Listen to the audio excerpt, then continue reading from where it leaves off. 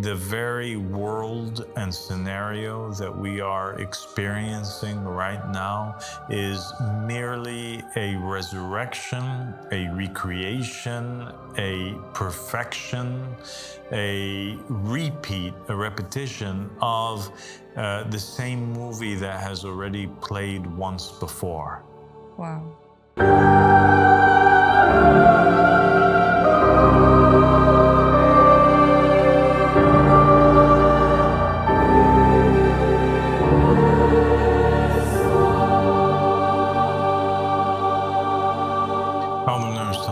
بسم الله الرحمن الرحيم اللهم صل على محمد وآل محمد الأئمة والمهديين وسلم تسليما. Assalamu alaikum wa rahmatullahi wa barakatuh. My dear sister and companion Tiffany. Wa alaikum salam wa rahmatullahi wa barakatuh, dear father. Thank you for joining me. Thank you for having me back here. God bless you. So today we want to talk a little bit about death, about extinction, about whether or not these concepts are actually real. Are they false? Is there a need to be afraid of these things? What happens after them? I think from the very beginning of mankind's history, they became acquainted with this unfortunate event that takes place, right? At least in the opinion of man himself. And that is death, the fact that life is not eternal. It was something that deeply scared man and concerned man and saddened man.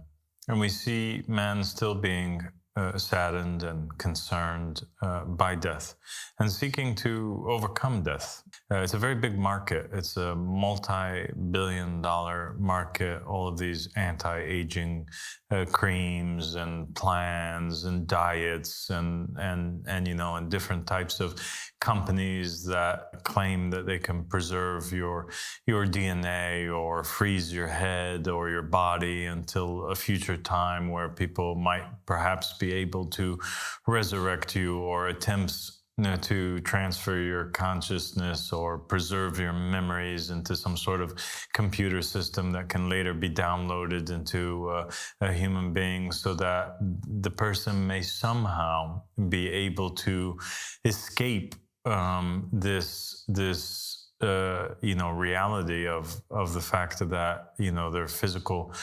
biological body that they inhabit, or this suit that they wear, is not made without an expiration date, that there must come a day where it passes away.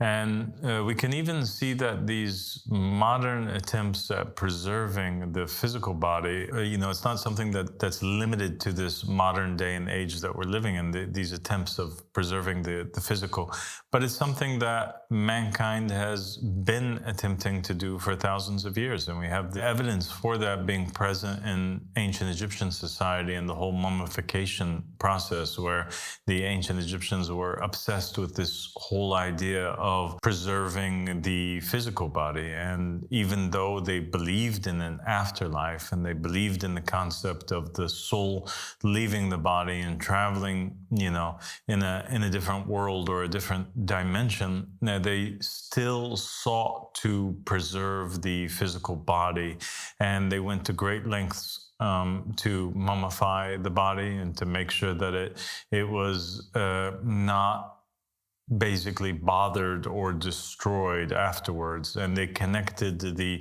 preservation of the soul with the preservation of the body. And for that reason, they used to build these big tombs, and they used to heavily guard it and make traps and put different types of poisons and things like this to harm all of those that would attempt to rob the grave or do something to the mummified body, because if they did something to the mummified body, then it would perhaps affect the immortality of the soul itself.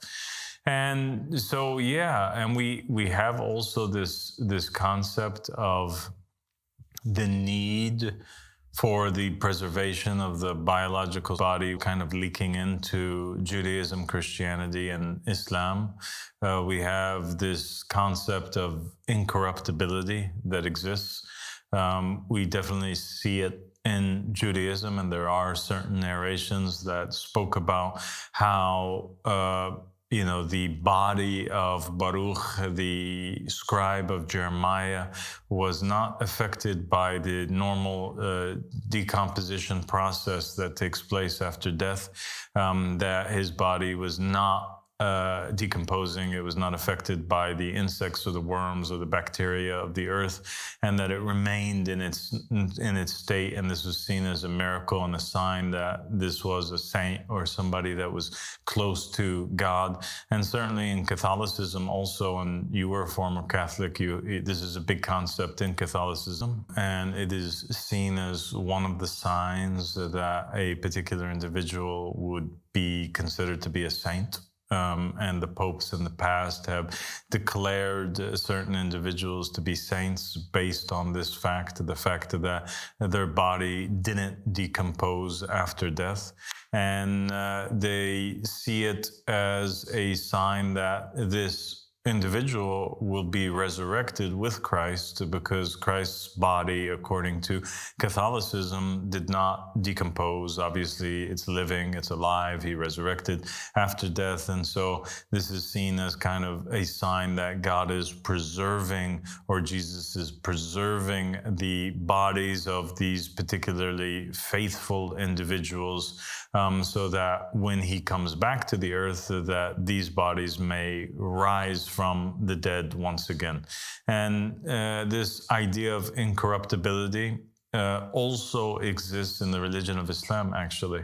And it's one of the beliefs that all Muslims have, that the bodies of the prophets and the messengers, actually, and the vicegerents, that they are not corrupted after death, that they are not eaten, that they don't decompose. And they believe that, and they have many stories that when people, for example, were uncovering the grave of Imam al-Hussein or one of the Imams or the Prophet Muhammad sallallahu alaihi wasallam, that the bodies were in the same state as they were. And they believe that if a person was to uncover any of the graves of any of the prophets and the messengers, that they would find the prophet and the messenger in that same particular state, looking as if they were alive, just sleeping. And this is something which is based off of a tradition from the Prophet Muhammad sallallahu alaihi wasallam, in which he stated basically that Allah subhanahu wa ta'ala made it haram, he made it forbidden for the insects of the earth or for the creatures of the earth to basically eat on or corrupt the flesh of a prophet or a messenger. So it's an aqeedah, it's one of the beliefs of Muslims. And so the continuity of the flesh, of the body of mankind has always been something that is in the psyche of human beings. It's not just about the continuation of the soul, but people so longed for and so wished for the continuity of the flesh, that people would continue to reside or live in their bodies. They wanted, as a species, to survive as well. And we see there's a lot of talk amongst scientists about other species on the planet that are going extinct every single day, and talking about species such as the dinosaurs and other creatures, saber-toothed tigers, the woolly mammoth, other creatures that lived before us, that went extinct. And they talk about climate change, and they talk about taking measures in order to avoid the extinction of mankind. And they talk about even repopulating other planets, or sending off human beings to other planets in order that the human race may survive in the event of a nuclear disaster. You also see them developing certain technologies that allow allow them to resurrect and bring back to life creatures such as the woolly mammoth and the saber-toothed tiger and other creatures that went extinct. And that was the basis of the movie and the novel Jurassic Park, which now actually has become a reality, although they haven't resurrected dinosaurs, but they're resurrecting other creatures, and they're saying within a few years that they will have a woolly mammoth fully alive. And they also resurrected recently a wolf that had gone extinct from the time of the saber-toothed tiger or the caveman. And so this notion, this need, this work, this effort that science is putting into the resurrection of extinct species, really at the core of it, the motivation behind it is to ensure that mankind never goes extinct and to be able to resurrect human beings or certain races if they do go extinct for any reason. And so this is the story of mankind, this kind of search for immortality and hatred of death and hatred of the cessation of existence. So we want to explore this concept and talk about it from a religious perspective. Is it true? Does it ever truly happen that mankind ceases to exist? Does Extinction Day ever truly come upon man? We know that in many of the narrations of Judaism, Christianity, and Islam, especially in the understanding that people have of these faiths, they seem to envision that there will come a day where mankind will totally annihilate itself or cease to exist, and that we would move on. That there's this so-called day of judgment or day of resurrection in which life ceases to exist, and then God comes and judges, and then God resurrects people and then makes people enter into heaven or into hell, but that this physical, worldly, earthly realm ends. It doesn't exist anymore. And I think that in order to examine and come to the truth behind this, we have to think like philosophers, think like prophets and messengers, and not merely think like scholars or repeat that which has been given to us in narrations and traditions without thinking alone. And I think that that is the entirety of wisdom in actuality. The entirety of wisdom. What is wisdom that people seek to attain? Wisdom is being able to have this insight that God would give a human being. Wisdom is not to memorize the words of the prophets and the messengers, but rather wisdom is to be able to come to the conclusion and get the answers to the questions that you need at that day and age, simply through insight that God grants you. And how would God grant you this insight? God would allow you to see things that normal people don't see. So people might be walking out into the street, and they would, see the trees and see the rivers and see the people walking around and see the sun and see the sky and see the clouds. But if it was Imam Ali alayhi salam, for example, or if it was Jesus who was walking around and seeing the exact same scenes that normal people would see, they would be able to draw some sort of moral lesson from behind it, or they would be inspired with some sort of insight. They would see in the trees, in the clouds, in the people, something which the rest of the people didn't see. Hence, they have wisdom, right? Or they have this insight from God. And I think that God has told us from the very beginning, and he's even told us in the Quran, that we have to gain wisdom through this way, that we have to be open to being taught by everything, and that God teaches us and talks to us in all things. And that's one of the things that Ahmed al-Hassan has told us on many occasions, that God speaks to us through all things, even through a rock. When he says that, it means what? It means that God can teach us a lesson, that there's wisdom hidden behind all things, that God doesn't do things without cause or without reason. So the very the philosopher must consider, right, that if his eyes were granted the ability to see a scene in front of him at any given moment, then in that given moment there is a lesson that God wants the philosopher to extract or to learn from that which his eyes are gazing upon. And it's up to the philosopher then to start working his brain and to not be in a state of sleep and to be more and more conscious and aware and to think like a detective and to try to extract the lesson or to get the logic from behind why it is he is seeing what he's seeing right now. And God granted insight to people in the past, and there's a very famous story of insight that was granted to a particular individual, and that individual was Cain. It was right after Cain slayed Abel. In the Quran, he's sitting there and he's beholding the body, the carcass of his brother. And he doesn't know what to do with it now. It's just laying on the top of the earth, and there's blood all over the place. And then, lo and behold, his eyes gaze upon a scene, and he looks and he sees two crows, and the crows are fighting one another, and one of the crows kills the other.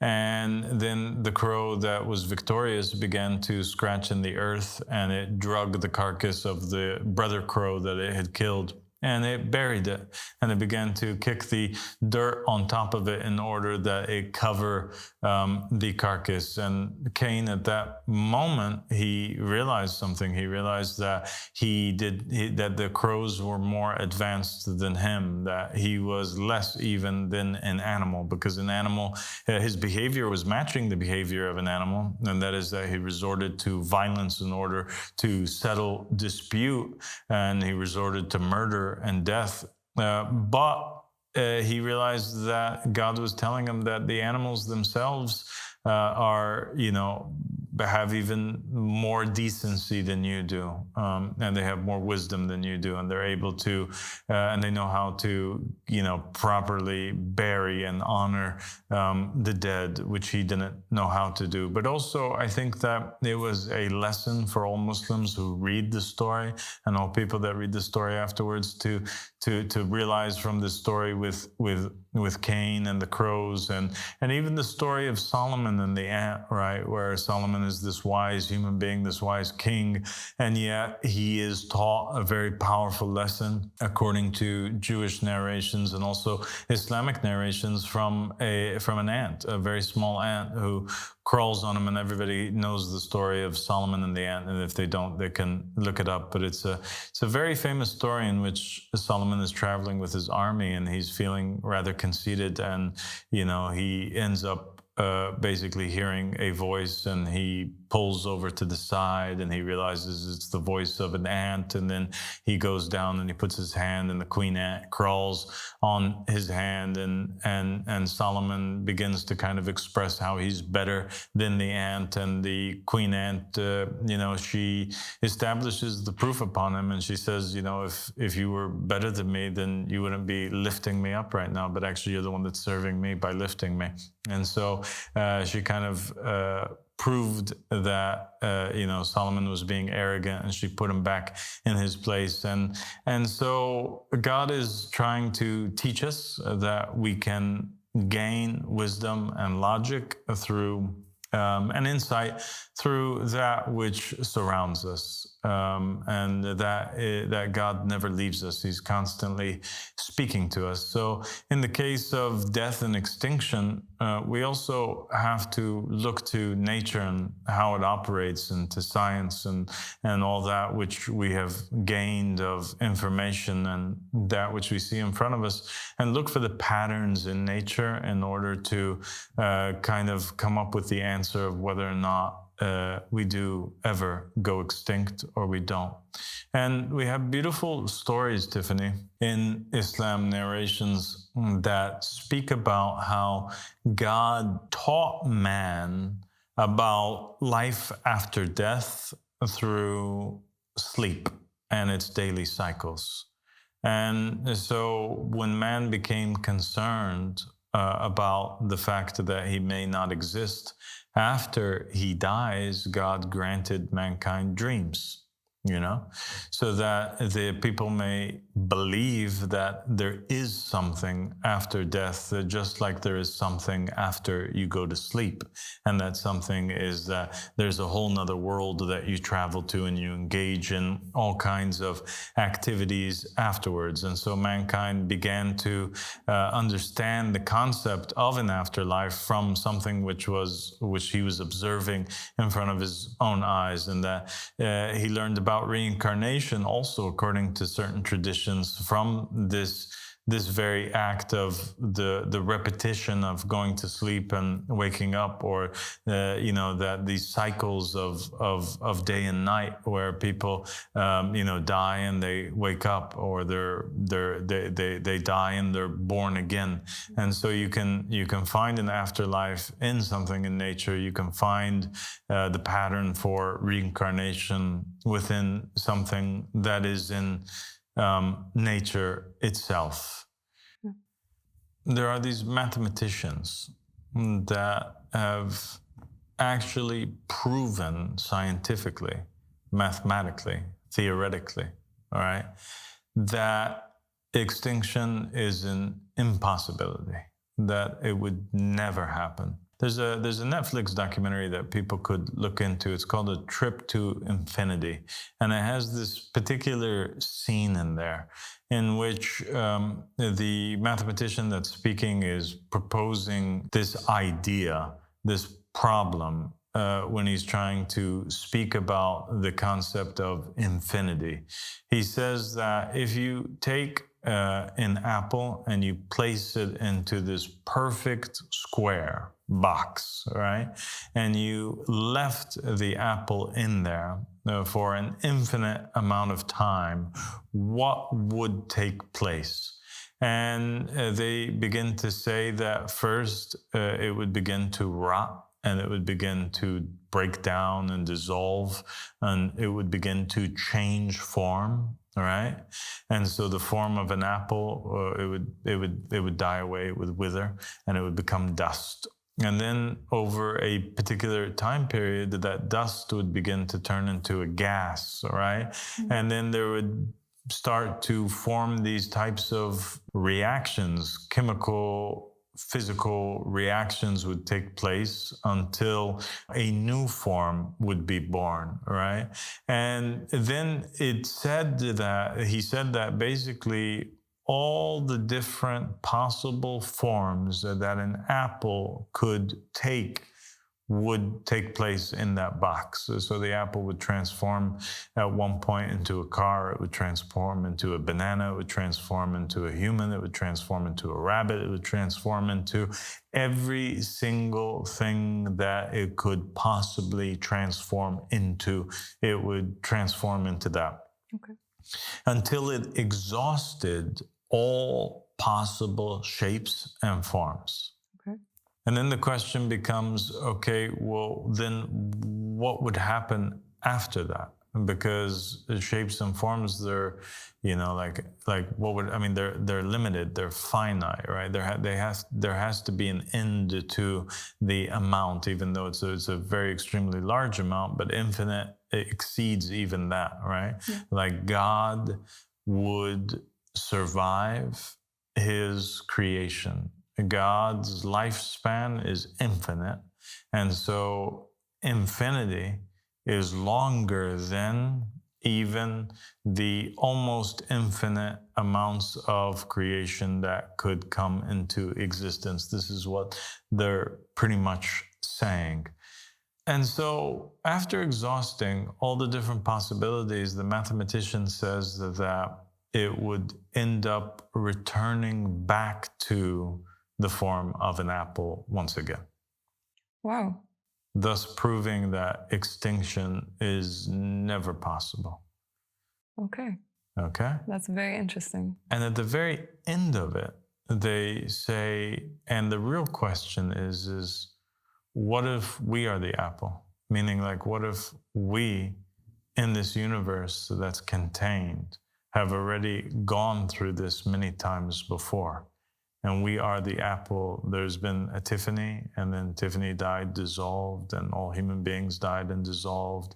And then all of the different types of possibilities happened, and life forms were created on this planet until in the very end of it all, we were created exactly again. The same scenario repeats itself one more time, where Tiffany and myself are sitting in this chair, in this room, in this web house, having this discussion about this particular topic.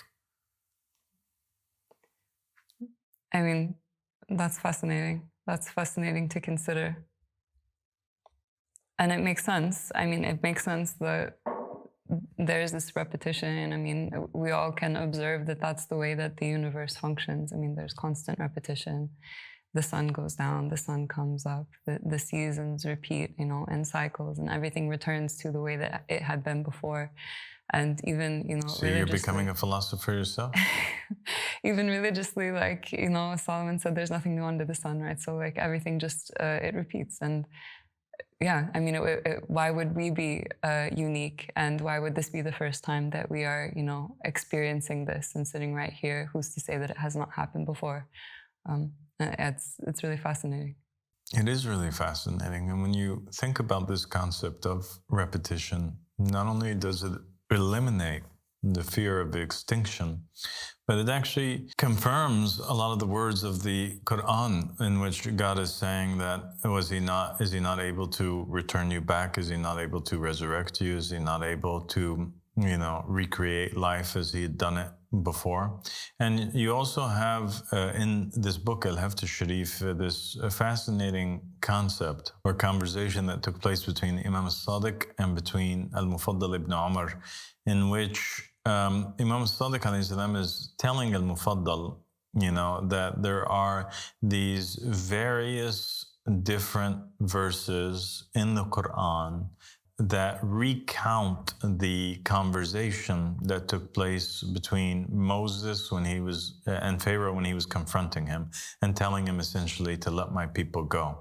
And that in every account of the same story that exists in the Quran, so like in the Torah, for example, you only have one time, it's one account where Moses goes to Pharaoh and he tells them XYZ, and it's just a story that's being told. But in the Quran, it's like repeated.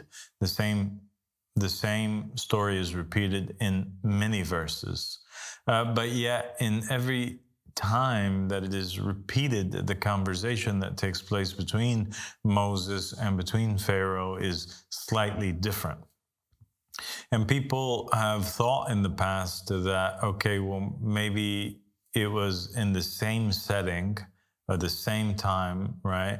Or the same day, the same hour when Moses went to Pharaoh to confront him. He said all of these different lines or all of these different things were said, but they were just spread out throughout the Quran. But Imam al-Sadiq alayhi salam says, no, that actually what was taking place here is that each time that there was a conversation between Moses and between Pharaoh, it was referring to a different Moses and a different Pharaoh.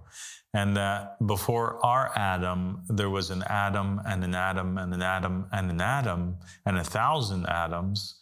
And each Adam had its own Abraham, and it had its own Moses, and it had its own Jesus, and it had its own Muhammad sallallahu alaihi wasallam, implying that the very world and scenario that we are experiencing right now is merely a resurrection, a recreation, a perfection, a repeat, a repetition of the same movie that has already played once before.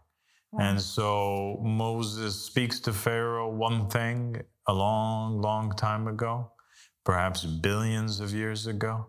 And whatever it is that he says to Pharaoh, it doesn't work out so good. It ends up in the same thing.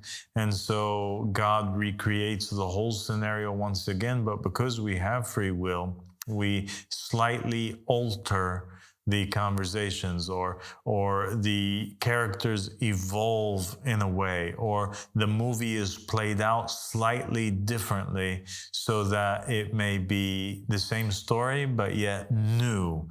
Once again, like the remakes that they make of the Batman movies or the Superman movies, or the different movies. Wow. I mean, that's so, I mean, it's so cool. It's so cool. That is such great insight into something that is so mysterious, present in the Quran. And it's so amazing to know that the Ahlul Bayt had interpreted this and told us, you know, the reality of the situation, the fact that history does in fact repeat, and we have evidence for it in the scripture.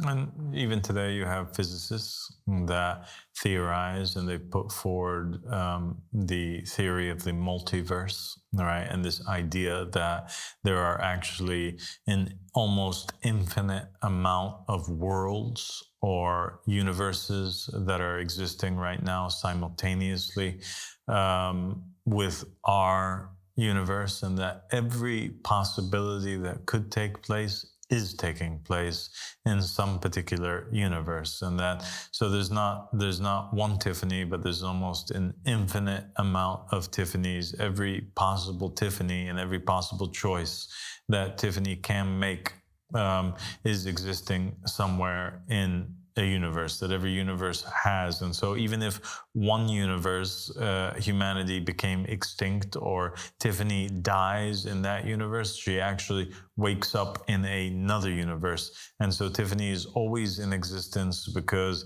there is an almost infinite amount of Tiffany's that are existing in an almost infinite amount of universes. Well, that's really cool. It is cool. And I think we'll end on this note. I will add one thing to the people and the viewers that are viewing the episode right now, and that is that the truth behind the matter is that there really is no such thing as extinction. Human beings have always existed and will always exist, because God is too powerful and too perfect of a creator that his creation ever ceases to exist. Once he creates something, it is always in existence. And that's certainly what we believe about the soul, and what Jews and Christians and Muslims believe about the soul, that the soul is eternal, but it's not something that people have considered or believe in regards to the physical flesh or the body.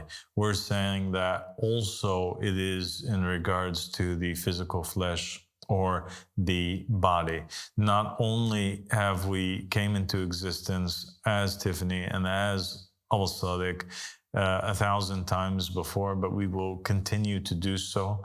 And not only are we existing in parallel universes at the same time as we are existing right now, but also God has this way of dealing with creation, whereby any time a creature becomes extinct on one planet, he is born or created on another planet, so that the universe that we are living in never becomes empty of any single creation at any single time.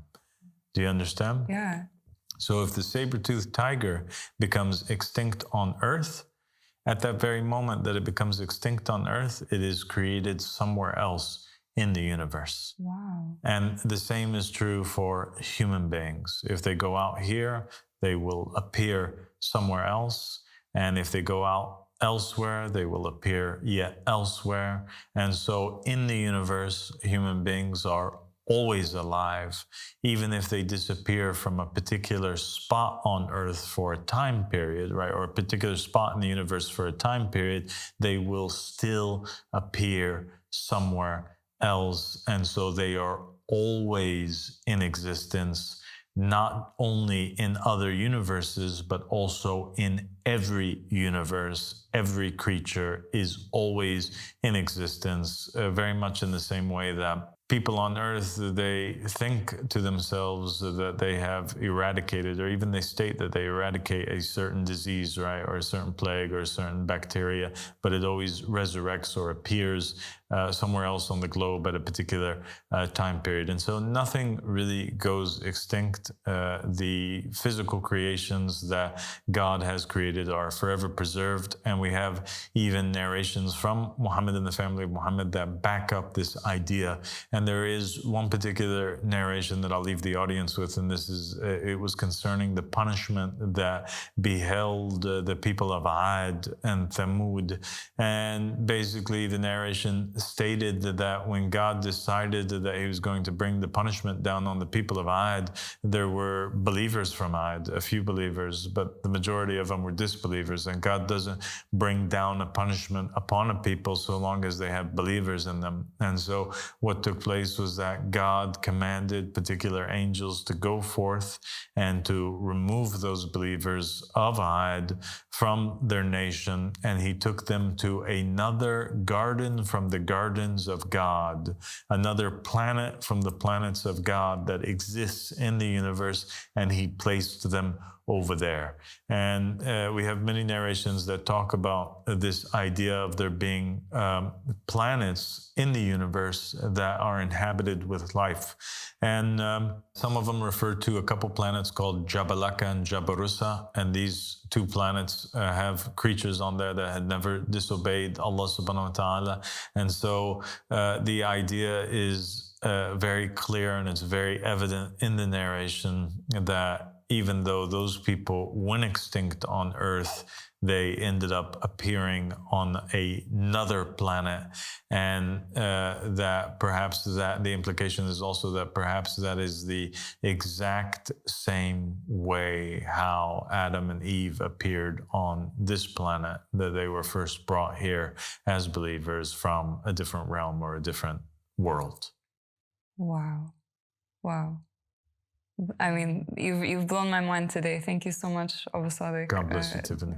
This is such a fascinating topic, and I think that you've given us a lot to think about. And yeah, I mean, this final narration, it would make a lot of sense. And it's a beautiful idea, and I hope that, like, you know, the people that are watching also realized how poetic it is. That now we can look at extinction in a different way. Yeah. That it's really just an interplanetary migration program or relocation program.